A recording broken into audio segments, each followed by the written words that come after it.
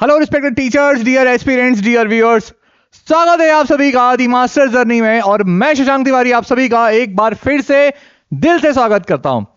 सो respected teachers, कैसे हैं आप लोग? आशा करता हूं कि आपकी प्रिपरेशन जो है काफी अच्छी चल रही होगी। और इसी कड़ी में आज मैं जो है हमारा प्रिपरेशन मीटर लेकर आया हूं आप सभी के सामने, जिसमें हम ये देखेंगे कि आपकी ऑन गोइंग जर्नी जो ऐसे है उसको आपने कितने अच्छे से कवर किया है।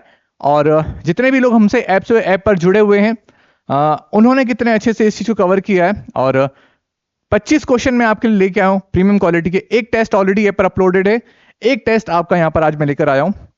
और कल जो है ग्रामर का 100 क्वेश्चन का जो मॉक टेस्ट है आपका, जो फर्स्ट जो टेस्ट सीरीज की बात थी, कल अपलोड हो जाएगा।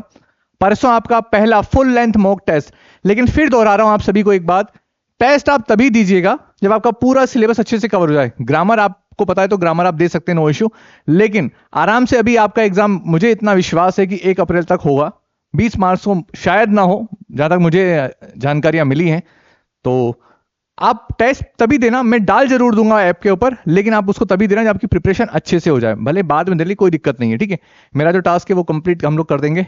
और आज रात को 12-1 बजे तक जो एक पोएम हमारी हो रही है यूनिट 15 की, वो भी अपलोड हो जाएगी। क्योंकि कंटेंट काफी अच्छे लेवल पर तैयार कर लें, इसलिए थोड़ा सा डिले होता जा रहा है। लेकिन एक बार ये हो जाएगा तो एनसीईआरटी में कोई यार टाइम नहीं लगने वाला, ठीक है। आप सभी की डिमांड थी सर 15 से 20 यूनिट पहले करें, तो हम उसी पे फोकस पहले ज्यादा कर रहे हैं। और जैसा कि आप सभी को दिख रहा होगा कंटेंट। और इसके अलावा एक चीज और कि जैसे कि बहुत सारे रिस्पेक्टेड टीचर्स हमें बराबर वो क्वेश्चन यहाँ पर हो जाता है, जैसे मैंने कहा है कि कुछ क्वेश्चन अगर एरर दिख जाते हैं, उस पीडीएफ को हम तुरंत इमीडिएट एडिट करके अपडेट करते हैं। तो आप लोग जिन्होंने प्रिंट आउट निकाल रखे हैं वो एक बार ऐप पर तुरंत चेकआउट करते रहा करें, जिससे क्या होगा कि उस पर टाइम और डेट लिख के आ जाता है कि कब कौन सी पीडीएफ अपडेट हुई है। इसका मतलब ये कि उसमें कुछ ना कुछ क्वेश्चन में एडिट कर रहा है। अब थोड़ा सा आपको ये कंफ्यूजन होगा, तो उसके लिए हम ये भी प्लान कर रहे हैं कि उस क्वेश्चन के आगे अपडेटेड लिख दिया जाएगा, सो दैट कि आपको और डिफिकल्टीज ना हो, ठीक है।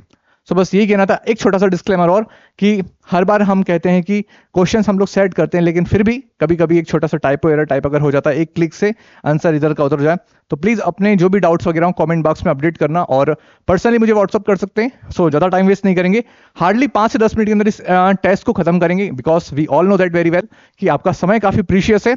लेकिन ये भी चीजें काफी जरूरी है, ये आपको बताती है कि आपकी प्रिपरेशन किस लेवल पर है, ठीक है। क्वेश्चन आपको कहीं से मिले, किसी भी यूट्यूब चैनल पर मिले, आप जरूर लगाइए। ये सीरियसली आपकी जो प्रिपरेशन है इसको एक नेक्स्ट लेवल पर लेके जाएगा। सो अब ज्यादा टाइम वेस्ट नहीं करते हैं। MPTET grade 2 mains #2025 English, I am born for teaching, unit 16 preparation meter presented by here Shashank the master. And here your first question. So what does the phrase this relief which was at first a luxury imply about the traveler's emotions? Question को अच्छे से पढ़ना, चारों option को अच्छे से देखना respected teachers, और उसके बाद में थोड़ा टाइम लेना, बिकॉज इस ऐसे की लैंग्वेज काफी टफ थी। लेकिन सीरियसली आप सबने मेरी पीडीएफ देखी, काफी प्यार दिया, अच्छे से तोड़ा है उस ऐसे को। और काफी प्रीमियम क्वेश्चंस, 116 क्वेश्चन, केवल 116 क्वेश्चन है मेरे हिसाब से, उसके ऊपर बनाए हैं हम लोगों ने, केवल और केवल ऐसे पे। राइटर के अलग 86 क्वेश्चन है। सो हर बार की तरह हम कहते हैं क्वेश्चन को देखो, वीडियो को पॉज करो, चारों ऑप्शन जो सही लगे उसको लगाइए, ठीक है। So right answer is traveling starts as an indulgence but becomes a necessity. Question number 2, who is the old friend C mentioned by the author? That is very important in premium question respected teachers, ध्यान रखिए। बहुत easy question है, अगर आपने ऐसे को अच्छे से पढ़ा होगा तो काफी इजी क्वेश्चन है, ठीक है। सी कौन है भाई साहब? Samuel Taylor Coleridge, William Wordsworth, Charles Lemon, PB Shelley. Yes, right answer is B, ठीक है, एसटी कॉलरिज। नाउ नेक्स्ट है, according to the author where is a good thing best appreciated in the company of strangers, during a long journey, indoor as a part of table talk, in complete solitude in nature? Question देखिए, अपने option verify करिए और checkout करिए। So right answer is indoor as part of table talk. अपने answer, आपके जितने भी answer सही निकलते हैं, अपने जितने भी आपके मार्क्स आ रहे हैं 25 में से, प्लीज कमेंट बॉक्स में जरूर अपडेट करिए। कोई क्वेश्चन के रिगार्डिंग अगर डाउट लगता है प्लीज उसको भी मेंशन करें, हम आपको जरूर रिप्लाई करेंगे, ठीक है। Why does the author consider Lame the worst company in the world out of doors? ये बहुत प्रीमियम क्वेश्चन है रिस्पेक्टेड टीचर्स, इस पे ध्यान देना और अच्छे से कवर करके चलना। मैंने आपको बताया था एसटी कॉलरिज और चार्ल्स लेम के बारे में इन्होंने मेंशन करा है, ठीक है। इसके अलावा बहुत सारे कोटेशन इन्होंने लिए थे अपने टाइम, यानी कि उस ऐसे के अंदर, वो किसके हैं उसके बारे में रिसर्च करके चलिएगा आप लोग, ठीक है। चलिए आगे बढ़ते हैं। So answer is because lamb's wit is better suited for indoor conversation. Yes. Next question is, what is one topic the author enjoys discussing while traveling? The beauty of the countryside, what will be served for supper when we get to our inn at night, philosophy and poetry, and politics and social issues. Yes, right answer is what will be served for supper when we get our inn at night, according to essay. Next, what does the author describe as a delicate speculation after drinking tea? Reflecting on philosophy, observing the beauty of nature, considering what to have for supper, and engaging in deep conversation with a friend. Yes, question देखिए, pause करिए, answer लगाइए, verify करिए, कम से कम time में answer को verify करिए. Now, next question. Why does the author prefer to experience certain moments alone? He wants to fully absorb and later reflect on them. He finds social interaction exhausting. He dislikes company. He prefers writing over speaking. चलिए, question को समझना बहुत important है. I understand कि ऐसे की language काफी typical थी, लेकिन फिर भी आपने पढ़ा होगा. 2 दिन का समय आपको इनफ मिला है, ठीक है. Yes, he wants to fully absorb and later reflect on them. Next है, why does the author prefer a stranger over a friend as a companion at in a friend provides unwanted advice. A stranger is more talkative and entertaining. A friend offers too much sympathy and ruins solitude. A stranger does not remind him of his past. Question देखिए, pause कीजिए, अपना answer लगाइए, check करिए. Yes, right answer is a stranger does not remind him of his past. जैसा कि हम सब जानते हैं, ऐसे में हमने पढ़ा था कि वो एक स्ट्रेंजर की कंपनी प्रीफर करेंगे ट्रैवलिंग के दौरान, बिकॉज स्ट्रेंजर को उसके पास के बारे में कुछ नहीं पता, वरना और जो दोस्त है वो तो पत्ते खोल देगा. कुछ याद आया एनालिसिस वाले वीडियो में? Yes. Next question, according to the speaker, why is it so much the better if the person is a Quaker from the West riding of Yorkshire? Because they are known for their lively conversation, because they do not engage in unnecessary arguments, because they share the speaker's opinion, because they are known for their sense of humor. Yes, अच्छे question है. ऐसे में से ही हम लोगों ने आप सभी के लिए निकाले. Right answer is because they do not engage in unnecessary arguments. चलिए, next question. How does the speaker approach sympathizing with the Quaker or Yorkshire man? He makes an effort to connect with them. He debates with them constantly. He avoids them entirely. He doesn't even try to sympathize with them. Question को समझिए, 4 option को अच्छे से पढ़िए, उसके बाद अपना answer लगाइए एंड यहां से चेक करिए. Yes, he doesn't even try to sympathize with them. Next question. What 4 words appeared as heavily vision to the author at Langloon? That is very important question. Premium question की category में आता है. Respected teacher, ध्यान रखना, अगर आपने ऐसे को पढ़ा होगा तो आप अटेम्प्ट कर लेंगे इस चीज को. सीरियसली बहुत प्रीमियम क्वेश्चन है. Yes, right answer is liberty, genius, love, virtue. Next question. Who is the author of the lines a friend in my retreat whom I may whisper solitude is sweet? In which work do these lines appear? चलिए चलिए, ये सच में बहुत premium question है. देखते हैं इस ऐसे को किसने अच्छे से उधेड़ा है, और जिसने इसका आंसर दे दिया इसका मतलब आपने सीरियसली उस ऐसे को बहुत अच्छे से पढ़ा. रिस्पेक्टेड टीचर, दिल से सैल्यूट है आपको. चलिए, right answer is William Cowper of the inner temple. Yes. Next question is, what does the phrase the beautiful is vanished and returns not imply? A B C D. Question को देखा, pause किया, answer check किया. Yes, right answer is the speaker laments the loss of beauty and idealism. Next question. How does the speaker feel about arguing a point? They are willing to do it, but not for pleasure. They enjoy it for fun. They avoid arguments at all costs. They only argue when they are alone. और आपका answer क्या है, देखते हैं. Right answer is they are willing to do it but not for pleasure. चलिए, next है, what does the fresh 20 miles of measure road suggest? Premium question है respected teachers, मैंने हाईलाइट भी किया था इसको.